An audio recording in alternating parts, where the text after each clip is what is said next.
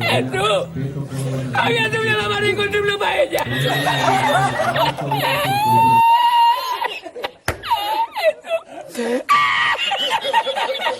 Y la encontré porque estaba la paellera agarrada. ¡Asómate, mira dónde llega el agua! ¡Llegaba el agua hasta el restaurante! ¡Había subido la marea!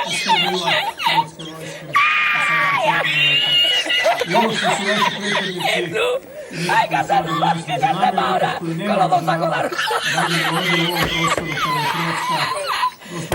¡Llama para Sevilla! ¡Llama a Sevilla! ¡Que traigo paella! Incident koji se srećan, nije pretvorio u katastrofu. Prije nekoliko dana kada je na naš glavni grad Zagreb, relativno velik grad, ali da nije dosta, palo strana prijava, ukazuje koliko je obrana važna i koliko kada nisu možda neke stvari u stanju spriječiti, jer niko ne može spriječiti sve, ipak moraš učiniti sve da neke stvari ne može.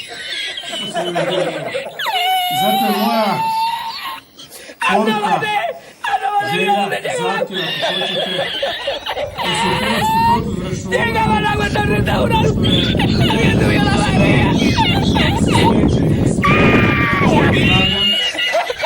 se nabavi i uspostavi to vrlo brzo. Apsolutna zaštita. ¡Llama para Sevilla! ¡Llama a Sevilla! ¡Que traigo paella! Jer sad nema smisla pratiti krivce i vjerojatno ih niko nije to.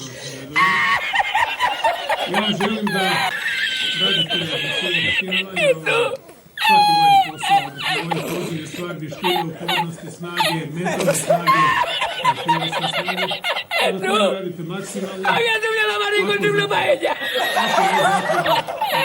Hrvatska država, hrvatska vlada, čiji nisam član, ali mislim da znam što govorim, hrvatska ukupna politička javnost, oni koji odlučuju o novcu, o proračunu, moraju biti svjesni i vjerujem da jesu svjesni koje su važne stvari i koliko je